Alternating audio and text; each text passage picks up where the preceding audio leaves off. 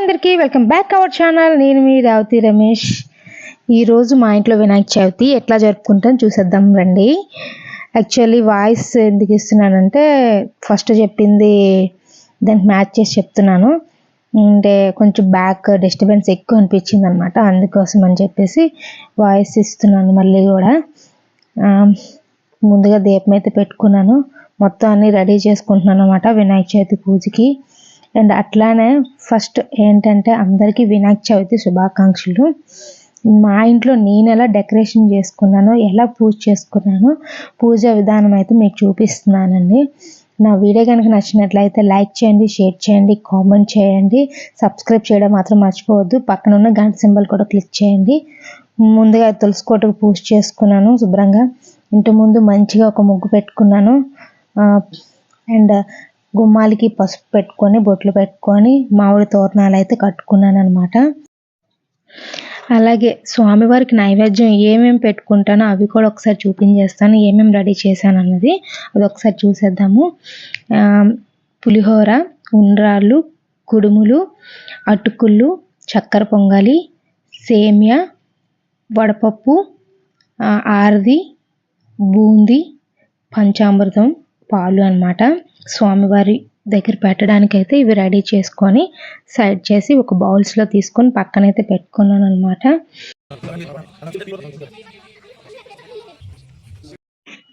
ఇప్పుడు దేవుడి గది అయితే సిద్ధం చేసి ఉంచుకున్నాను అనమాట. అందులోనే దేవుడికి సపరేట్గా దీపం పెట్టుకొని వినాయక పూజ కోసం అని సపరేట్గా పీట పెట్టి బొమ్మనైతే పెట్టేసి అంతా రెడీ చేసి ఉంచుకున్నాను అనమాట. పూజకైతే రెడీ అయిపోయి అయితే వచ్చేసాను అనమాట. అండ్ కలసానికైతే రెడీ చేస్తున్నానండి. బియ్యం పోసి పసుపు కుంకుమ పెట్టి దానిపైన ఒక ఇత్తడి చెంబు అనేది పెట్టాను అనమాట. యాక్చువల్గా అయితే కలస పూజ అనేది మనం బుక్ చదివేటప్పుడు కలస పూజ వేరేగా ఉంటుంది, అది అప్పుడే చేయాలన్నమాట. యాక్చువల్లీ నేను చదువుకుంటూ నేను చేయలేని చెప్పి కలస పూజ అయితే ముందు చేశాను. చెప్పాలంటే కథ అయితే మా అన్నయ్య చదివాడు, తను ఉంటాడని అనుకోలేదన్నమాట, తను చదువుతాడు అనుకోలేదు, తను ఆఫీస్కి వెళ్ళిపోతాడు అనుకున్నాను. అందుకే కలస పూజ అనేది ముందే చేసేసాను అనమాట. ఇతర చెంబు పెట్టుకున్న తర్వాత వాటర్ పోసి అందులో పసుపు, కుంకుమ అండ్ చిల్లర పైసలు, పువ్వులు, గంధము, అక్షింతలు వేసి అయితే తనపై చెయ్యి మూత పెట్టి మంత్రాన్ని అయితే చెప్తారు. అప్పుడు మనం కలస పూజ అనేది స్టార్ట్ అవుతుంది అనమాట. కలస స్థాపన అనేది జరుగుతుంది. నేను ముందుగానే చేసేసాను. కథ చదివినప్పుడు కూడా చేయొచ్చు, 2 పనులు ఒకేసారి చేయలేనని చెప్పి చేసేసాను. చెప్పాను కదా మా అన్నయ్య ఉన్నాడు, కథ చదివాడు. మీరైతే మాత్రం ఎవరైనా చదివే వాళ్ళు ఉంటే కథ చదివేటప్పుడే మీరు కలశాన్ని పెట్టుకోవడానికి ట్రై చేయండి. ఎందుకంటే అప్పుడు పెట్టుకుంటే అంటే కలశ స్థాపన అనేది మనస్ఫూర్తిగా అనిపిస్తుంది అనమాట, స్వామివారే వచ్చి ఉన్నారు అన్నట్టు అనిపిస్తుంది అనమాట. నేనైతే ముందు చేసేసాను. మీకు ఎవరైనా బుక్ చదివే వాళ్ళు ఉంటే మీరు పూజ చేసుకుంటే కలశ పూజ అనేది అప్పుడే చేసుకోండి. ఇప్పుడు దానిపై మామిడి కొమ్మ పెట్టి ఒక కొబ్బరికాయకి ముందుగానే పసుపు రాసేసి బొట్టు పెట్టి దానికైతే ఎర్ర జాకెట్ ముక్క అయితే పెట్టుకున్నాను అనమాట. కలశాన్ని చక్కగా అలంకరించుకుంటున్నాను. నెక్స్ట్ పువ్వులు అన్నీ పెట్టుకొని నీట్గా కలశాన్ని అయితే చక్కగా రెడీ చేసుకున్నాను అనమాట.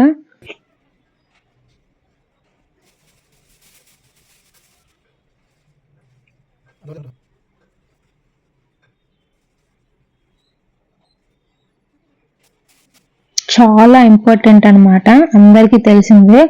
ఎన్ని పూజలు చేసినా పసుపు వినాయకుడు అనేది మాత్రం ఉండాలి. వినాయకుడి పూజ కదా అని చెప్పేసి పసుపు వినాయకుడు లేకుండా అయితే చేయలేం కాబట్టి పసుపు వినాయకుడిని అయితే రెడీ చేసి పెట్టుకున్నాను అనమాట.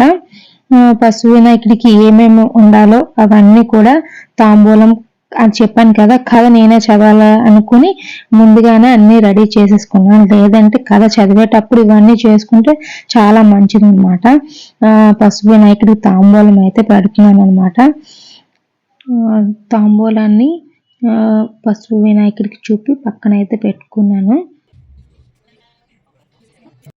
ఇంకా లేట్ లేకుండా పూజలోకి అయితే వెళ్ళిపోదాం అనమాట. మొత్తాన్ని నీట్గా సర్దేసుకున్నాను. సోమవారం నైవేద్యాలు కూడా చక్కగా పేర్చుకున్నాను అనమాట. మొత్తం అన్ని సిద్ధం చేసుకున్నాను. ఇంకొకటండి, వన్ థింగ్, ఒక్కసారి దేవుడి మూల కూర్చున్న తర్వాత పూజ కోసం కూర్చున్న తర్వాత ఇంకా అది కావాలి ఇది కావాలని చెప్పి నోరు విప్పి మాట్లాడకుండా చక్కగా పూజ మీద ధ్యాస పెట్టుకొని మొత్తం అన్నీ ఉన్నాయో లేవో ఫస్ట్ చూసుకొని కూర్చున్న చోట మరి లేవకూడదనమాట. అట్లా అన్నీ మనం రెడీ చేసుకొని కూర్చోవాలన్నమాట. అది అయిపోయింది ఇది అయిపోయింది అని చెప్పి అది తండి ఇది తండి అని పక్కన వాళ్ళు కూడా పిలవకూడదు. అందరికీ తెలిసిందే అది. నేనైతే మాత్రం అన్నీ సిద్ధం చేసుకున్న తర్వాతే కూర్చుంటాను. లేదంటే అది కావాలి ఇది కావాలని అయితే అడగను ఎవరిని కూడాను. వన్స్ పూజ గదిలో అన్నీ సెట్ చేసుకున్న తర్వాతే కూర్చొని దీపం అయితే వెలిగిస్తాను. వెలిగించి పూజ అనేది స్టార్ట్ అనేది చేసుకుంటాను అన్నమాట.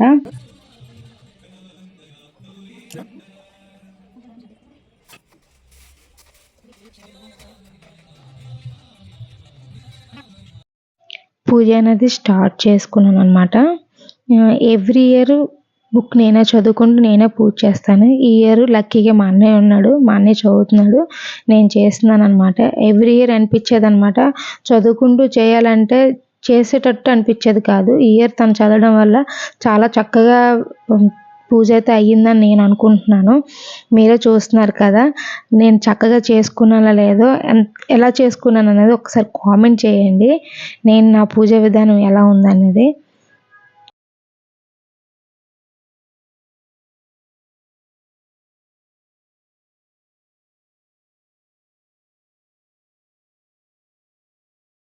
చెప్పాను కదా కలశ పూజ బుక్లో చెప్తారు కదా కలశ పూజ ఎప్పుడైనా వస్తుందో అప్పుడే చేయాలని. అందుకని ముందుగా కలశ పూజ చేస్తాను కాబట్టి కలశం మీద చేయి వేసి చేస్తున్నట్టు మనసులోనే అనుకొని కలశాన్ని అయితే టచ్ చేసి ఉంచాను అనమాట. మా అన్నయ్య కలశ పూజ చదువుతున్నాడు, నేను అప్పుడు కలశాన్ని టచ్ చేసి అట్లా మనసులో అనుకుంటూ పూజ అయితే చేస్తున్నాను అనమాట.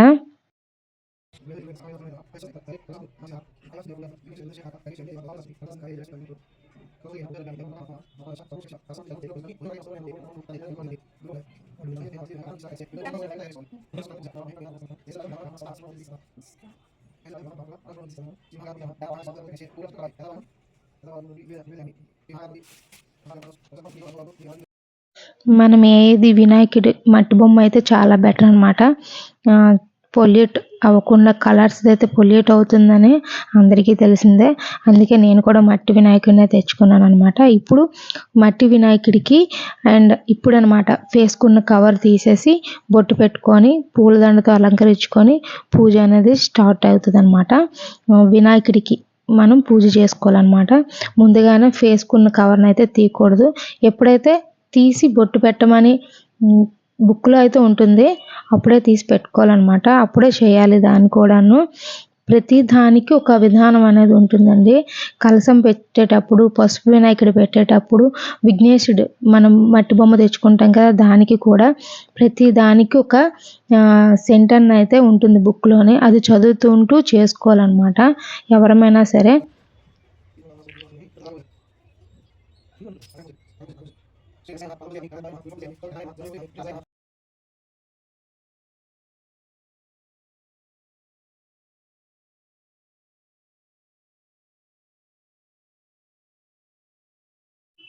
ఇప్పుడు పసుపు వినాయకుడికి అయితే పూజ అనేది చేస్తున్నాను అనమాట. చెప్తున్నాను కదండి కలశానికి వినాయకుడు పెట్టేటప్పుడు పసుపు వినాయకుడికి ప్రతి దానికి ముందు బుక్లో అయితే ఉంటుంది. దాని విధానంగానే మనం పూజ అనేది చేసుకోవాలన్నమాట. పూజ అయితే కంప్లీట్ అయిపోయిందండి. ఇక్కడ మంగళహారతి అనేది ఇస్తున్నాను. యాక్చువల్లీ పూజ మొత్తం వీడియో అయితే తీసాను, బట్ చాలా లెంతీ అయిపోతుంది అనమాట. 1 hour 2 hours పట్టేస్తుంది వీడియో మొత్తం. అందుకని చెప్పేసి కథ చదివిన పార్ట్ మాత్రం డిలీట్ చేసి స్టార్టింగ్ అండ్ ఎండింగ్ పెట్టాను అనమాట. స్టార్టింగ్ పూజా విధానం గురించి మాత్రం కంప్లీట్గా ఉందండి.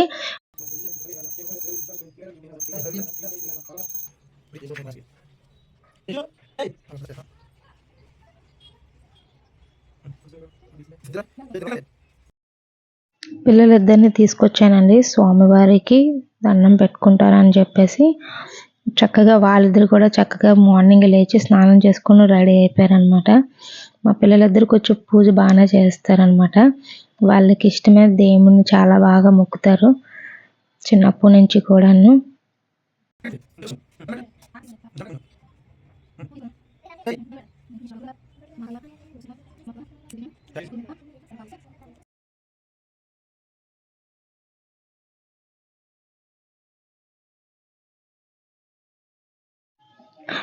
మొత్తం మా వారే తీశారనమాట, స్టార్టింగ్ నుంచి ఎండింగ్ వరకు. అతను కూడా స్వామివారికి అయితే లాస్ట్లో అయితే దండం పెట్టుకుంటున్నారు అనమాట.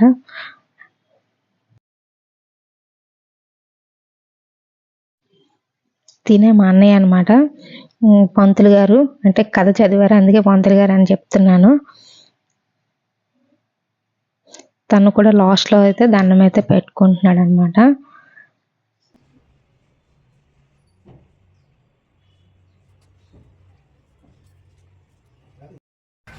పూజ అయితే కంప్లీట్గా అయిపోయిందండి. ఇక్కడతో వినాయకుడు కనిపించట్లేదని జూమ్ చేస్తున్నాను. చూస్తున్నారు కదా, కళ్ళు కనిపిస్తున్నాయి స్వామివారివి. ఇంకొకటండి, ఎవరైనా సరే మట్టి వినాయకుడిని ప్రిఫర్ చేయండి, ఎందుకు అనేది మీకు కూడా తెలుసు అనమాట. ఓకేనా. నెక్స్ట్ ఖైరతాబాద్ వినాయకుడిని అయితే చూపించేస్తాను, ఎందుకంటే మాకు పక్కనే కాబట్టి పూజ అయిన తర్వాత ఖైరతాబాద్ అయితే వెళ్తున్నాను. ఖైరతాబాద్ వినాయకుడిని మీకు చూపించడానికి అయితే మాత్రం వెళ్ళిపోతున్నాను అనమాట. ఖైరతాబాద్ అనేది మేమైతే లైన్లో వెళ్ళాను అనమాట. ఫస్ట్ టైం కదా వెళ్తున్నానని చెప్పేసి లైన్లో వెళ్ళాను. పెద్ద క్రౌడ్ అయితే లేదనమాట ఈరోజు, జస్ట్ చిన్న లైనే ఉంది. ఒక 15 minutesలో అయితే స్వామివారి దగ్గరికి అయితే వెళ్ళిపోయామన్నమాట. ఖైరతాబాద్ వినాయకుడి దగ్గరికి క్యూలో అయితే మేము అందరం నిలబడ్డాం. మాకు బ్యాక్ సైడ్ కొంచెం ఎక్కువ మంది ఉన్నారు. మేము వెళ్ళేటప్పుడు ఎవరు లేరనమాట, ఖాళీగానే ఉంది. కొంచెం తొందరగానే ఖైరతాబాద్ వినాయకుడి దర్శనం అయితే అయిపోయింది. యాక్చువల్గా లైన్లో వెళ్ళే కంటే బయట నుంచి చూడడం చాలా బెస్ట్, ఎందుకంటే ఫ్రంట్న ముందుకు వెళ్ళిపోతాం కాబట్టి స్వామివారు అసలు కనిపించరు సరిగ్గా. మీకు చూపించడానికి కోసం అని చెప్పి నేను వెళ్ళాను, బట్ చూపించలేకపోయాను సరిగ్గా. అనుకుంటున్నాను ఒక్కసారి ఆ వినాయకుని కూడా చూపిస్తాను. కరెక్ట్గా హారతి ఇచ్చే టైంకి అయితే మేము అందుకున్నాం అనమాట, స్వామివారి హారతి ఇచ్చే టైంకి. ఇదిగోండి, ఇక్కడ సైడ్ ఎవరో వచ్చారనమాట, అందుకే అందరిని ఆపేశారు. జస్ట్ ఆ లైనే ఉంది, అటు ఇటు కూడాను 2 లైన్స్ ఉన్నాయన్నమాట. ఇటు పక్క ఒక లైన్ వెళ్తుంది, దగ్గరికి వెళ్తుంది. ఎడం పక్కది స్వామివారి దగ్గరికి వెళ్తాము, కుడి పక్కది దగ్గరికి కాదు, దూరం నుంచి చూడడానికి అనమాట నిలబడ్డారు వాళ్ళు. మేము దగ్గరికి అయితే వచ్చేసామండి. మ్యాక్సిమం దగ్గర నుంచి చూపించడానికి ట్రై చేశాను, బట్ తెలిసిందే కదా, దగ్గర నుంచి అయితే కనబడదు, చాలా పెద్దది కదా విగ్రహం. దగ్గర నుంచి అయితే నీట్గా కనిపించలేదు అనమాట. ఇది పక్కన ఉన్నది అనమాట, వినాయకుడికి అటుపక్క ఇటుపక్క కొన్ని విగ్రహాలు అనేది పెట్టారనమాట. అబ్బాయి ఫోటో తీసిస్తాను అంటున్నాడు, నాకు ఫోటో కాదు వీడియో కావాలి, కొంచెం జరగమని చెప్పాను అనమాట. జరిగాడు, అయినా కొంచెం క్లారిటీ లేదు. ఇదిగోండి, ఇక్కడ నుంచి వినాయకుని బాగా చూపించడానికి చాలా కష్టపడ్డాను. అసలు అక్కడ చుట్టూ ఉన్న వాళ్ళు కనిపించదమ్మా అన్నారు. ఇదిగోండి, ఇలా అయితే తీసాను, ట్రై చేశానని నేను అనుకుంటున్నాను. నేను దండం పెట్టుకుంటున్నాను అనమాట, మీకు వీడియోలో చూపించి చెప్పాను కదా. వినాయకుడికి అటుపక్క ఇటుపక్క కొన్ని విగ్రహాలు అయితే పెట్టారనమాట, అవి ఇవి అనమాట. నెక్స్ట్ మన వినాయకుని నిమజ్జనానికి అయితే వెళ్ళిపోదాము. మంగళహారతి ఇచ్చిన తర్వాత కలశాన్ని, నెక్స్ట్ స్వామివారి విగ్రహాన్ని అయితే కదుపుతానమాట. ఎవరైనా అలానే చేస్తారు, అంటే నిమజ్జనానికి ముందు కలశాన్ని కదపాలి, నెక్స్ట్ వినాయకుని అనేది కలపాలన్నమాట. దాని తర్వాత విగ్రహాన్ని పట్టుకెళ్ళి మనం నీటిలో అనేది అనుకోవాలి. స్వామివారికి లాస్ట్లో మంగళహారతి, కొంచెం దీపం అయితే ఉదయం నుంచి అట్లానే నేను నూనె పోస్తూనే ఉన్నాను అనమాట. దీపాన్ని కొండెక్కనివ్వకుండా మార్నింగ్ నుంచి అట్లానే, ఎప్పుడైతే నేను దీపం పెట్టానో అప్పటి నుంచి ఆయిల్ అయిపోతున్నప్పుడల్లా కొంచెం ఆయిల్ పోస్తూ ఉండేదాన్ని అనమాట. అది లాస్ట్ ఎండింగ్ వరకు ఉండాలి, మనం వెళ్ళి వచ్చిన తర్వాత కూడా ఉండాలన్నమాట దీపం. అందుకని చెప్పేసి ఆయిల్ అలా అయిపోతున్నప్పుడల్లా కొంచెం పోస్తూనే ఉన్నాను అనమాట. మా పెద్ద అబ్బాయి స్వామివారి విగ్రహం పెట్టిన మొదలు దాన్ని నిమజ్జనం గురించి మాట్లాడుతున్నాడు అనమాట. అందుకోసమనే వాడికి బోలో గణేష్ మహారాజ్కి జై అనే పదం అయితే మాత్రం గట్టిగా వస్తుంది అనమాట, ఎక్కువ అంటాడు. స్వామివారికి మంగళహారతి అయితే ఇచ్చేసి విగ్రహాన్ని అయితే కదుపుతాను. ఫస్ట్ కలశాన్ని కదుపుతాను, తర్వాత విగ్రహాన్ని కదుపుతాను అనమాట.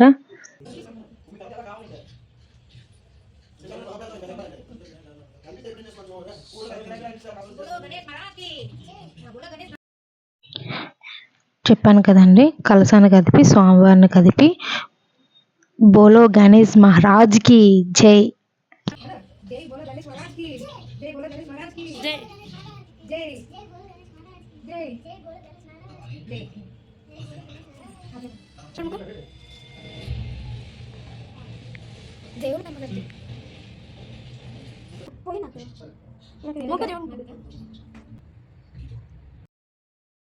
ట్యాంక్ బండ్ అయితే వచ్చేసాము నిమజ్జనానికి. చాలామంది ఆల్రెడీ నిమజ్జనం అయితే చేసేసారు.